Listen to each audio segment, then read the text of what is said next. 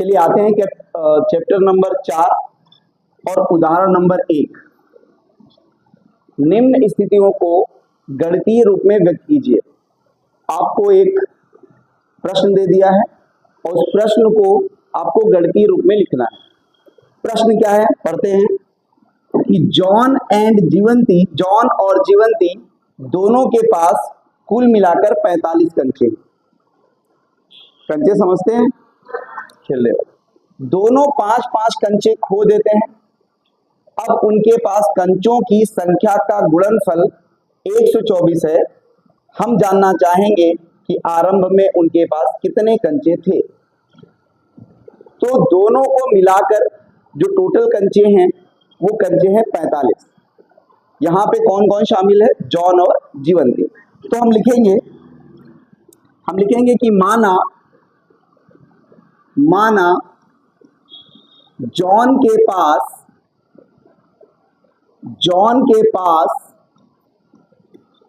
कंचों की संख्या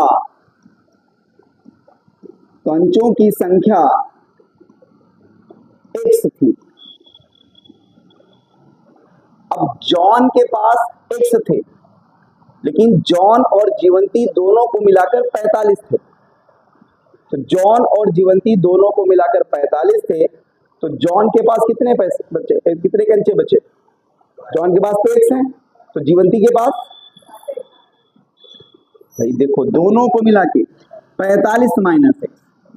भाई जॉन के पास अगर x है तो जीवंती के पास कितने होंगे? जीवंती के पास कंचों की संख्या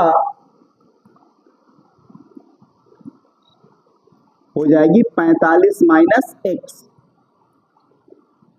कैसे भाई? अगर मान लेते हैं कि जॉन के पास 10 कंचे थे। जॉन और जीवंती के टोटल कंचे कितने थे? 45। जॉन के पास है 10, तो जीवंती के पास कितने हैं? 35। कैसे पता किया? 45 में 10 को घटा दिया, यही किया। तो वैसे ही यहाँ पे अगर जॉन के पास x है तो जीवंती के पास 45 में x को घटा दिया। अब प्रश्न क्या कर रहा है? दोनों 5-5 कंचे खो देते हैं। दोनों 5-5 कंचे खो देते हैं। दोनों के पास से हो गए गायब। अब जॉन के पास कितने बचे? जॉन के पास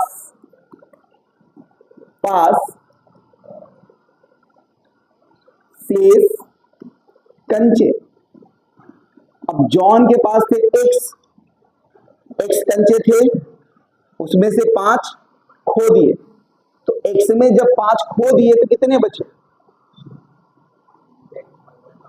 x माइनस 5। भाई पहले उसके पास कितने थे? x, 5 उसमें से खो गए, तो अब कितने बचे? x minus 5। ऐसा ही जीवंती के साथ होगा। जीवंती के पास शेष कंचे, तो उसके पास थे 45 माइनस x। इसमें से 5 और घटा दोगे तो 45 में 5 गया 40, 40 माइनस x। तो अब जॉन के पास हो गए x माइनस 5, जॉन के पास हो गए x माइनस 5 और जीवंती के पास हो गए 40 माइनस x। अब प्रश्न क्या कर रहा है कि दोनों संख्याओं का यानी उनके कंचों की संख्या का गुणनफल कितना है? 124। तो प्रश्नानुसार एक क्या दिया है? x माइनस 5, दूसरा दिया है 40 माइनस x, बराबर कितना आ गया? 124। अब गुणा करते हैं। देखो x से गुणा करोगे 40 को तो 40 x से गुणा करोगे x को x वर्ग, 5 से करोगे 40 को 200 और माइनस 5 से x को करोगे 5x बराबर 124। तो देखो पहले x वर्ग को पहले लिखो, माइनस एक्स वर्ग 40 और 5 45 x माइनस 200, इसको इधर ले आओ, माइनस 124 बराबर क्या आ गया 0। तो माइनस एक्स वर्ग धन 45x, इसमें जोड़ दो 4 और 0 4, 2 और 0 2, 2 और 1 3 बराबर कितना आ गया 0।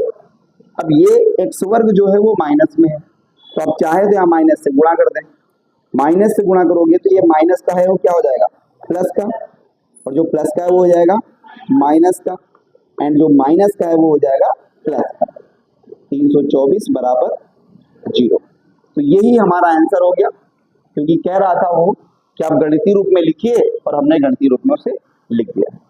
ठीक है, इसके आगे चलते हैं अगले क्वेश्चन तरफ। अगला क्वेश्चन कह रहा है कि निम्न स्थितियों को गणितीय रूप में, वैसा ही क्वेश्चन है कि एक कुटीर उद्योग में एक दिन में कुछ खिलौने निर्मित करता है। ये मान लो कि खिलौने बनाने की कोई कंपनी है भाई, प्रत्येक खिलौने का मूल्य 55 रुपए में से दिन में निर्माण किए गए खिलौनों की संख्या को घटाने से प्राप्त हो जाता है। समझना कि कैसे कॉस्ट निकालते हैं। मान लो आपने आज 10 खिलौने बनाए, अगर 10 खिलौने बने तो उसकी कीमत क्या होगी, 55 में से 10 माइनस कर दो 45, एक खिलौने की कीमत कितनी होगी 45 होगी। अगर 20 खिलौने बना दिए आपने, 20 खिलौने बने तो कीमत क्या होगी, 55 में 20 घटा दोगे यानी 35 रुपए। अगर आपने 30 खिलौने बना दिए तो 55 में से 30 माइनस कर दोगे 25 रुपए। ऐसे ही मान लो आपने x बना दिए तो 55 माइनस x। ठीक है, तो हम लिखेंगे कि माना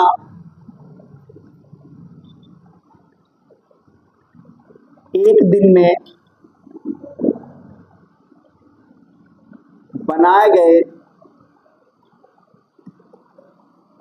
खिलौनों की संख्या,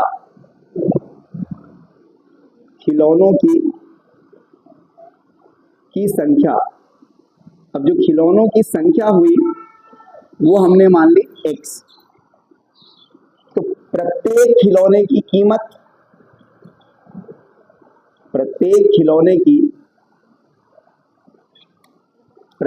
खिलौने की कीमत की बात करेंगे,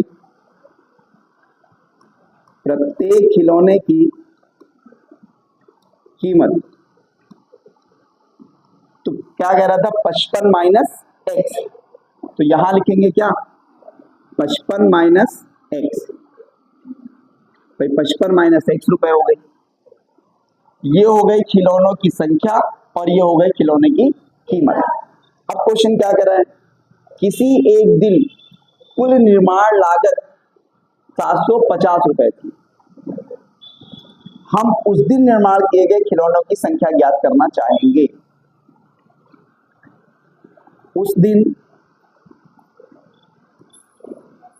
दिन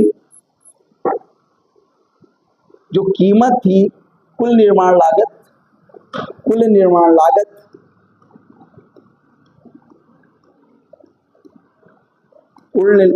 लागत बराबर कितनी थी 750 रुपए। 750 रुपए लिखेंगे हम यहाँ पे, 750 रुपए। अब ये है खिलौनों की संख्या और ये है खिलौने की कीमत और ये है कुल कीमत। भाई ये क्या है, खिलौनों की संख्या और ये एक खिलौने की कीमत, ये कुल खिलौनों की कीमत। तो यहां पे आ जाएगा x, 55 माइनस एक्स बराबर आ जाएगा 750। अब गुणा करेंगे, x का 55 से करोगे 55x, x का x से करोगे x वर्ग बराबर 750, तो आएगा माइनस एक्स वर्ग धन 55x माइनस 750 सॉरी बराबर 750। अब देखो ये माइनस का है, ये प्लस का है, इधर 750 है, इसको भी हम इधर ले आएंगे, तो माइनस एक्स वर्ग धन 55x माइनस 750 बराबर 0। अब क्या करेंगे, जैसे पिछले क्वेश्चन में किया था, माइनस से क्या कर देंगे, गुणा कर देंगे। तो माइनस से गुणा कर दोगे तो एक्स वर्ग का हो जाएगा प्लस में, जो प्लस में हो जाएगा माइनस में, और जो माइनस में वो हो जाएगा प्लस में, बराबर क्या आ गया 0। अब आते हैं अगले टॉपिक पे। एक ये क्वेश्चन, एक ये क्वेश्चन देखो, ये जो क्वेश्चन है ये 101% एग्जाम में आता है, मतलब ये सेम क्वेश्चन नहीं आता है, बट ये हम कहें कि ऐसा ही एक क्वेश्चन आता है। वहां प्रश्न देगा और कहेगा कि बताओ ये द्विघात समीकरण है या द्विघात समीकरण नहीं है। तो ऐसे क्वेश्चन को आप ध्यान से रखेंगे कि ये द्विघात समीकरण है या नहीं है। पहला क्वेश्चन देखिएगा, पहला क्वेश्चन दिया है कि x माइनस 2 का होल वर्ग धन 1 बराबर दिया है 2x माइनस 3। x माइनस 2 का होल वर्ग, x माइनस 2 का यानी a माइनस b का होल वर्ग। एक आईएनटी आपने पढ़ी है, याद अगर हो कि a माइनस बी का अगर होल वर्ग होता है तो होता है a वर्ग माइनस 2ab प्लस b वर्ग। ये एक आईएनटी होती है, इस पे करेंगे। अब देखो a की जगह पे x है, यानी x का वर्ग माइनस 2, a की जगह पे x, b की जगह पे 2 धन b की जगह पे 2, इसका होल वर्ग। ये तो हमने इसको हल करके रख दिया, प्लस क्या है 1 बराबर है 2x माइनस 3। अब देखो x का वर्ग करोगे तो क्या आएगा, x वर्ग आएगा, 2 दूनी 4x, 2 का वर्ग करोगे 4 धन 1 बराबर आ गया है 2x माइनस 3। तो ध्यान दें, x वर्ग माइनस 4x, 4 और 1 मिलकर क्या होता है 5, 2x को इधर भेजोगे माइनस का 2x माइनस 3 प्लस 3 बराबर 0। तो x वर्ग 4x और 2x मिलकर हो जाएगा 6x, 5 और 3 मिलकर हो जाएगा 8, बराबर आ गया 0। तो क्या ये द्विघात समीकरण है, तो लिखेंगे प्राप्त समीकरण, प्राप्त समीकरण द्विघात समीकरण है, द्विघात समीकरण है, प्राप्त समीकरण द्विघात समीकरण है। ऐसा ही अगला क्वेश्चन देखेंगे, दिया है जांच कीजिए कि निम्न द्विघात समीकरण है या नहीं है। अब ऐसे ही क्वेश्चन हमें करने हैं कि द्विघात समीकरण है या नहीं है। तो देखो x प्लस 1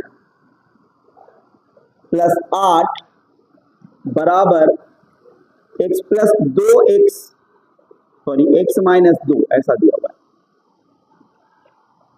अब देखो यहां तो स्क्वायर लग नहीं रहा है, सबसे पहले हम क्या करेंगे, इससे इसको गुणा करेंगे, x से x को गुणा करोगे x वर्ग, x से 1 को करोगे x प्लस 8, x से x को करोगे x वर्ग, x से 2 को करोगे 2x, 2 से x को करोगे 2x और 2 से 2 को करोगे 4।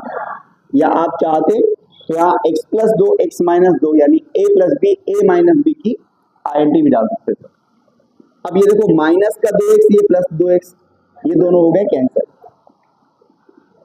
अब क्या आएगा, x वर्ग धन x धन 8 बराबर x वर्ग माइनस 4। तो x वर्ग धन x धन 8, इस x वर्ग को इधर भेजोगे माइनस का x वर्ग माइनस 4 को भेजोगे प्लस 4 बराबर क्या हो गया 0। कुछ कैंसिल हो रहा है, माइनस एक्स वर्ग और प्लस एक्स वर्ग, तो आएगा x 8 और 4 मिलकर हो जाएगा 12 बराबर 0। तो क्या ये द्विघात समीकरण है? नहीं है। तो लिखेंगे प्राप्त समीकरण